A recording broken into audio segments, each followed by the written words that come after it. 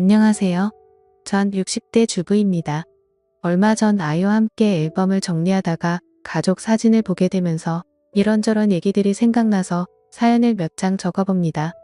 사실 이 얘기는 저의 아이들도 그리고 남편도 모르고 저만 가슴속에 품고 살았던 얘기라서 조심스럽기도 하지만 언젠가 한 번쯤은 누군가에게 꼭 하고 싶은 얘기였기에 용기를 내봅니다. 어린 시절부터 제 인생은 막말로 진짜 뭐 같았습니다.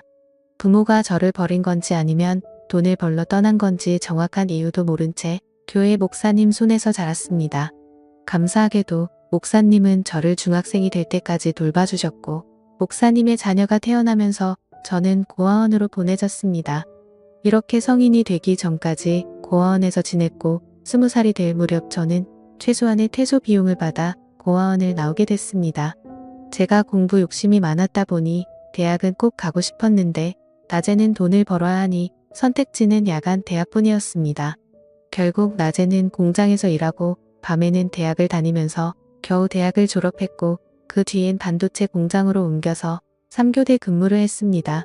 그런데 이렇게 살다가는 죽도 밥도 안 될 것 같아서 공장을 관두고 큰맘 먹고 공무원 시험 준비를 시작했습니다. 다행히도 3년 동안 공무원 시험을 준비해서 30이라는 늦은 나이에 공무원 시험에 합격할 수 있었습니다. 다른 친구들은 결혼을 하고 아이를 낳고 가정을 꾸릴 때 전막 사회생활을 시작하려 했는데 혼자 지쳐진다는 생각이 들었지만 힘들게 시험에 붙었으니 무슨 일이 있어도 퇴직하기 전까진 일을 하려고 했죠. 저는 한 지역의 시청에서 근무했는데 시민들의 민원을 처리해주는 부서에 처음 발령을 받았습니다. 안 그래도 소심하고 낯을 많이 가리는 성격인데 사람들을 상대하려니 너무 힘이 들더라고요. 일하는 내내 두통에 시달렸고 퇴근을 하면 즐거운 게 아니라 다음날 출근할 생각에 불안 증세가 몰려와서 손이 떨리고 밤에 잠을 이루지 못했습니다. 안 그래도 소심하고 낯을 많이 가리는 성격인데 퇴근을 하면 즐거운 게 아니라 손이 떨리고 그러더 어느 날 민원 처리를 하고 있는데 한 남자가 서류를 들고 와서 몇 가지 문의를 해왔습니다. 그 남자의 물음에 답을 해주는데 갑자기 정신이 몽롱해지면서 잠이 오는 겁니다. 그렇게 전 그 자리에서 쓰러졌고 눈을 떠보니 병실에 누워 있었습니다. 그런데 제 앞에는 낯선 남자가 서 있는 겁니다. 정신을 차리고 자리에서 일어나려고 하니 지금 일어나실 수 있겠어요? 좀 더 쉬셔야 할 것 같은데라고 하며 저를 일으켜주는데 낯선 남자의 터치가 조금 불편해서 제가 몸을 뒤척이니 좀 더 쉬셔야 할 것 같은데 이 제가 몸을 뒤척이다. 아 죄송합니다. 저 누군지 모르시겠죠? 저 아까 시청에서 서류를 떼려고 갔는데 갑자기 제 앞에서 쓰러지시는 바람에 우선 놀라서 제가 응급차 타고 같이 왔어요. 직원분들이 올 상황이 아닌 것 같아서 라고 자기 길을 소개하더라고요. 저는 감사한 마음에 퇴원 처리를 하고 그분에게 연락처를 물었습니다. 그래도 저 도와주신 분인데 식사 대접이라도 해야 할 것 같아서요. 그리고 일주일 뒤 그 남자와 저녁 식사를 하는데 사람이 너무 자상하고 괜찮더라고요. 그 남자는 아버지와 함께 작은 사업을 하는 남자였는데 겉모습만 봐도 저와는 너무 다른 세계에 사는 사람 같았습니다. 깔끔한 스타일의 옷도 유명 브랜드를 입고 다니고 누가 봐도 곱게 자란 티가 났죠. 몇 번 만나면서 저는 그 남자에게 호감을 느꼈지만 만나면 만날수록 욕심을 내면 안 될 것 같다는 생각이 들더라고요. 전 친인척 하나 없고 부모도 없는 고아원 출신의 재산이라고는 제가 월급 봐서 모은 돈이 전부였으니까요. 이제 겨우 시험에 붙어서 작은 원룸 하나 마련하기까지 너무 오랜 시간이 걸려서 그런지 그 멋진 남자 앞에만 있으면 제가 너무 작아지는 느낌이 들었습니다. 하지만 그 남자와 한 달 정도 만나면서 몇 번이나 헤어지자고 얘기하려 했지만 도저히 용기가 나지 않았습니다. 그런데 하루는 남자가 집업 일하면서 잠깐 나와달라고 하더라고요. 남자는 차 안에서 저를 기다리고 있었는데 제가 차에 타자마자 저에게 입을 맞추더니 정식으로 연인이 되고 싶다고 하는 겁니다. 전 그 얘기를 듣고 펑펑 울어버렸습니다. 나같이 볼품없는 사람을 사랑해주는 사람이 나타나니 괜스레 눈물이 나더라고요. 전 그렇게 그 남자를 받아주기로 했고 1년 연애 끝에 저희 두 사람은 결혼을 약속했습니다. 저야 부모님이 안 계셔서 저만 좋으면 결혼을 할 수 있었지만 문제는 남자의 어머니였습니다. 결혼을 반대하는 이유는 단지 제가 고아라는 것 때문이었습니다. 어머님을 이해 못하는 건 아니었지만 고아가 된 게 제 탓도 아니고 저만 놔보지도 않겠다고 하시니 솔직히 억울하긴 하더라고요. 하지만 아버지는 달랐습니다. 오히려 제가 고아로 자랐는데 혼자 공부해서 공무원까지 됐다고 하니 따구가 있어 보인다며 저를 먼저 만나보고 싶다고 하셨다는 겁니다. 이렇게 아버님과 처음으로 식사 자리가 마련됐고 저를 보며 환하게 웃어주셨던 미소가 아직도 생각이 납니다. 거기에 술이 한 잔 들어가니 저도 마음이 편해지고 아버님께서 저에게 도마를 놓으시니 마치 이 결혼을 정말 허락받은 것 같은 생각이 들었습니다. 아버님이 잘해주시니 저도 그만큼 해드리려고 정말 많이 노력했습니다. 결혼하기도 전이었지만 먼저 연락도 드리고 선물도 드리고 단둘이 만나서 식사도 하고 아버님은 그런 제가 정말 마음에 드셨는지 얼른 결혼식을 준비하라고 하시더라고요. 어머님은 자기한테 맡기라면서요. 결국 저희 두 사람은 아버님을 등에 업고 결혼식을 올릴 수 있었고 감사하게도 작은 신혼집까지 마련해 주셨습니다. 대신 조건이 있었습니다. 제가 몸이 많이 어약한 편이다 보니 아버님께서는 일을 관두고 남편은 애조하길 원하셨습니다. 대신 무슨 일이 생기면 본인에게 바로 얘기하고 책임까지 져주시겠다고 약속을 했지요. 저 말을 듣고 솔직히 고민을 안 했다면 거짓말입니다. 공무원이 되겠다고 고생한 3년이 주마등처럼 스쳐갔지만 저도 이제 남들처럼 가정이 생겼고 제 미래를 이 가족에게 바쳐도 괜찮을 것 같다는 생각이 들었습니다. 솔직히 남편 사업이 꽤 잘 되기도 했었고 적어도 돈 때문에 마음고생할 일은 없어 보였기 때문이죠. 전 사직서를 제출했고 시댁 근처에 신혼집을 얻어 남편과 행복한 신혼생활을 보냈습니다. 하지만 점점 남편은 변해가기 시작했습니다. 누구보다 저를 사랑해줄 것 같던 사람이 외박은 점점 잦아지고 연락도 잘 되지 않았습니다. 제가 조금이라도 잔소리를 하면 바로 손이 올라왔고 폭력을 쓰려 하더군요. 전 그럴 때마다 아버님을 찾아갔고 아버님께서는 저 대신 남편에게 쓴소리도 하고 혼을 내기도 하셨습니다. 그렇게 결혼 3년 차쯤 됐을까 드디어 사건이 터졌습니다. 점심때 친구와 만나기로 한 약속 장소는 남편 회사 근처였습니다. 친구와 점심을 먹고 남편이랑 커피 한잔 하려고 휴대폰을 꺼내든 순간 전 제 눈을 의심했습니다. 남편이 낯선 여자의 허리를 감고 길을 걷고 있더라고요.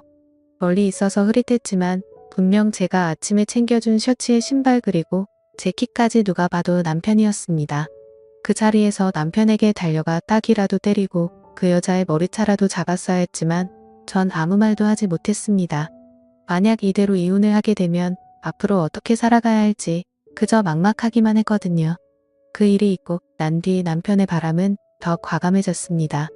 대놓고 집 앞에 차를 세워두고 그 여자와 데이트를 하고 동네에서도 팔짱을 끼고 다니면서 부부 행세를 했습니다. 어찌나 유난들을 떨고 다녔는지 이미 동네에선 남편이 바람을 피고 있다는 소문이 파다할 정도였으니까요. 한 번은 동네에 부끄럽게 뭐하는 거야 바람을 피려면 조용히 피던가 하고 먼저 한마디 던졌더니 황당하다는 듯 대답하더군요. 여자가 말이야 남편이 집에 오면 좀 살갑게 애교도 부리고 그래야지 목석처럼 앉아서 말 한마디 안 하는데 무슨 재미로 집에 오겠냐? 안 그래 저 말을 듣는데 기가 막히더군요. 마치 자기가 바람을 핀 이유가 저 때문이라는 것처럼 말을 하고는 문을 쾅 닫고 나가버렸습니다. 저는 저 말을 꺼내기까지 몇 날 며칠을 고민했는데 고작 돌아오는 대답이 저 따위라니. 이대로 집에 혼자 있으면 이대로 제가 죽어버릴 것만 같아서 누군가에게 위로받고 싶었지만 전화 한 통 걸 곳이 없었습니다. 전 결국 시댁에 모든 사실을 다 얘기했고 어머님은 남자가 사업을 하다 보면 그럴 수도 있는 거라며 그냥 잊고 살라고 하는 반면 아버님은 달랐습니다. 이 새끼 저 새끼 입에 담지 못할 험한 욕을 하시더니 남편에게 전화를 걸어 당장 집으로 오라고 하시더군요. 그날 밤 남편은 밤새도록 아버님에게 두들겨 맞았습니다. 맘 같아서는 당장 이혼이라도 하고 싶었지만 뱃속에 아이와 직장도 없는 제가 갈 곳이 없었기에 섣불리 이혼 얘기는 꺼내지도 못하겠다고요. 아무 말도 못하는 저를 보고 아버님은 허튼 생각하지 말고 신혼집 정리하고 여기로 들어와라. 내가 저놈은 무슨 일이 있어도 버릇을 고쳐놓을 테니 나만 믿고 들어와라고 하시더군요. 평소 아버님 말이라면 꼼짝을 못하던 남편은 일주일 만에 신혼집을 정리했고 저희 부부는 결국 시댁으로 들어오게 됐습니다. 아버님 말대로 시댁으로 들어오니 남편이 꼼짝을 못하더라고요. 그렇게 5년 정도 그 집에 살면서 아이도 출산했고 크고 작은 사건들은 있었지만 그냥 남들처럼 평범한 날들을 보냈습니다. 저는 평소처럼 아이를 어린이집에 데려다주고 집으로 돌아오는 길이었습니다. 깜빡하고 열쇠를 안 가지고 와서 밖에서 문을 두드렸는데 인기척이 없는 겁니다. 분명 어머님이 집에 쉴 시간인데 아무 소리도 들리지 않길래 어머님께 전화를 걸었지만 받지 않으시더라고요. 괜스레 불길한 예감이 들어 열쇠 수리공을 불러 문을 열었습니다. 그런데 현관문을 여는 순간 저는 너무 놀라서 제자리에 주저앉아 버렸습니다. 어머님이 가슴을 부여잡고 문 앞에 쓰러져 계시는 겁니다. 놀란 저 대신 열쇠 수리공이 119에 신고를 해주었고 응급차를 타고 가면서 가족들에게 전화를 걸었습니다. 안녕하세요. 전 60세 전화를 받은 가족들이 모두 병원으로 모였지만 이미 병원에 도착했을 때 어머님은 심장은 멈춰 있었습니다. 평소 혈관 질환을 갖고 계셔서 건강에 주의를 했지만 급성 심근경색으로 돌아가셨다는 얘기를 듣게 되었습니다. 너무 갑작스러운 죽음 앞에 가족들 모두 슬픔을 감추지 못했고 아버님은 어머님 손을 잡고 펑펑 우셨습니다. 그렇게 갑작스레 어머님이 돌아가시고 난 뒤 아버님의 건강도 급격히 안 좋아지기 시작했습니다. 신우들은 이미 결혼을 해서 아버님을 모실 수 없다는 입장이었고 제가 집에 있으니 요양보호사는 부르지 말자고 하더군요. 결국 전 아버님과 함께 살며 아버님의 수발을 들었습니다. 매니마다 식사를 챙겨드리는 것은 기본이었고 관절염이 심해지셔서 거동이 불편하신 아버님은 휠체어 생활을 하셨는데 화장실에 가실 때나 밖에 볼 일이 있으실 때도 항상 제가 아버님을 모시고 다녔습니다. 솔직히 처음 오면은 왜 내가 이런 일을 해야 하는지 싶은 생각에 도망치고 싶고 아버님이 원망스럽기도 했습니다. 돈이 없는 집도 아니고 누가 나한테 월급을 주는 것도 아닌데 자식들도 안 하는 걸 며느리인 제가 하고 있으니 가끔 투정을 부리고 화를 내는 저를 보면서 아버님도 제게 죄스러운 마음이 드셨나 봅니다. 제가 짜증을 내도 아버님은 저에게 미안하다는 말을 달고 사셨습니다.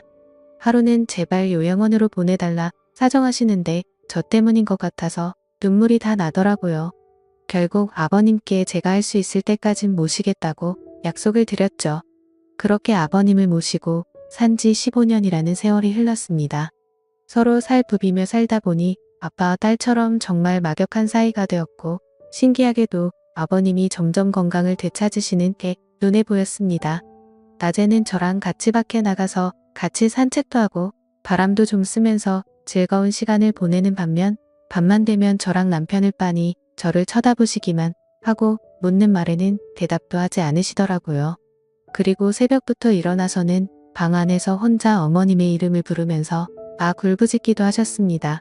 하루는 남편이 조심스럽게 먼저 제게 말을 꺼내더라고요. 여보, 내 생각엔 아버지 치매 같은데 좀 이상하잖아. 대답도 잘 안 하고 말도 잘 못 알아듣는 것 같은데 낮에 시간 될 때 당신이 모시고 병원 좀 가봐. 거참 노인네 이젠 하다하다 머리가 말썽이네.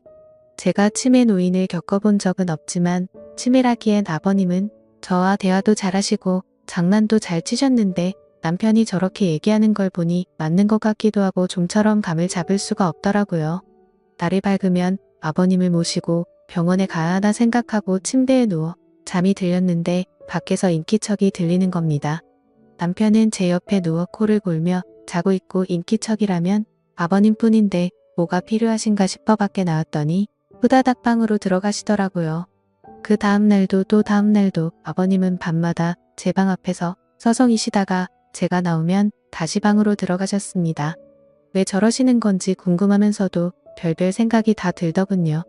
어머님이 일찍 돌아가신 후로 외로워서 저러시는 건지 뭐가 필요하신데 말을 못하시는 건지 저는 걱정스런 마음에 거실에서 아버님을 기다리기로 했습니다.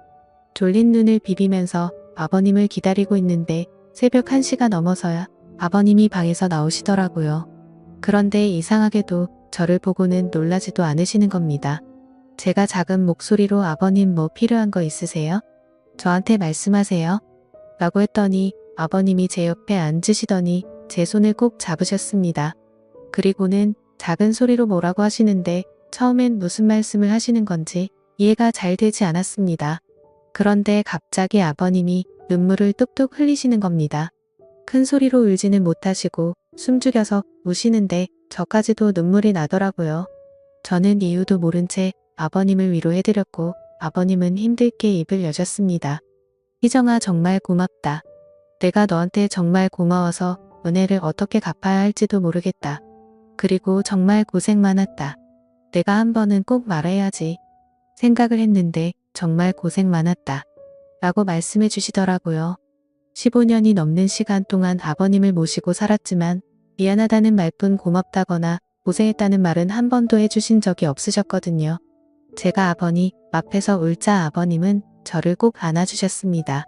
그리고는 몇 시간 동안 이런저런 얘기들을 나눴지요. 그리고는 동이틀 무렵 아버님은 저에게 작은 종이 한 장을 보여주셨습니다.